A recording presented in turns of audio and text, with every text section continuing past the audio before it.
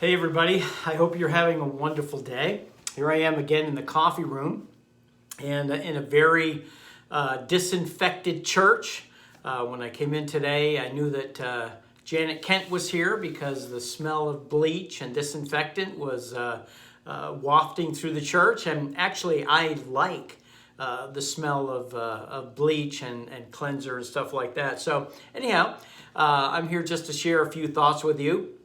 This morning during my wife's devotion, she was sharing with me a passage out of Luke chapter 12. And together we realized just how appropriate this is for this day and time. And she was reading from Luke chapter 12, beginning in verse 16. You know this parable where the Lord talked about the rich man. And beginning in verse 16 of Luke chapter 12, it says, the ground of a certain rich man brought forth plentifully. And just with that verse there, it reminded me of our country and the attitudes of Americans, but unfortunately, even the attitudes of some Christians. And it says, and he thought within himself, saying, what shall I do? Because I have no room where to bestow my fruits. And he said, this will I do. I will pull down my barns and build greater, and there will I bestow all my fruits and all my goods. And I will say to my soul, soul, thou hast much goods laid up for many years. Take thine ease, eat, drink, and be merry.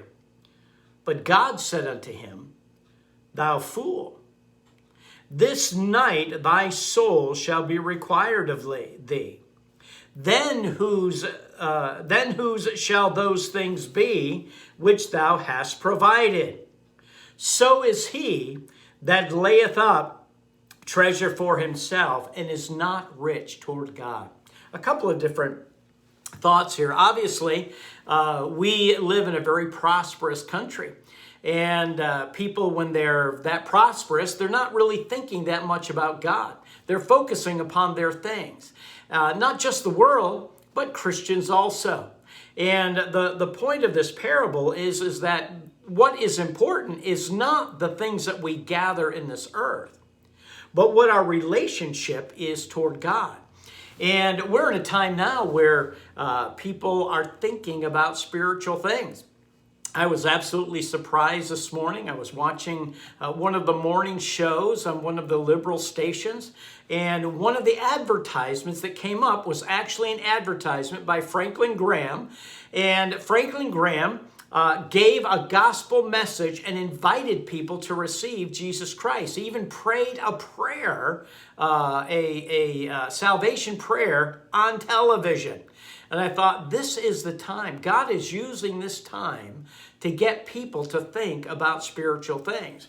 And my point is this, Christian, we ought not to be worried about the things maybe that we're not able to go to the store for, the things that maybe we're lacking when it comes to comforts.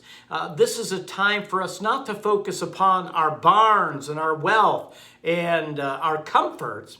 What we ought to be thinking about now is, are we rich toward God?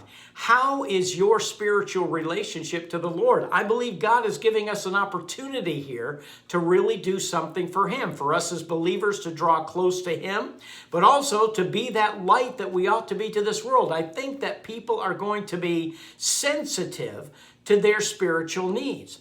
And what we need are people that are going to be out there that are going to be able to give an answer for the joy that is within our hearts. But we also need to be willing to do so. So my encouragement is that we get our focus off of our lack of comfort, or we get our focus off of the things maybe that we're lacking at this time, and get our focus on this. How rich are we before the Lord? May our relationship to Him only increase and grow as we face these trying times. I am excited about what God is going to do, and I hope that you are too. Have a wonderful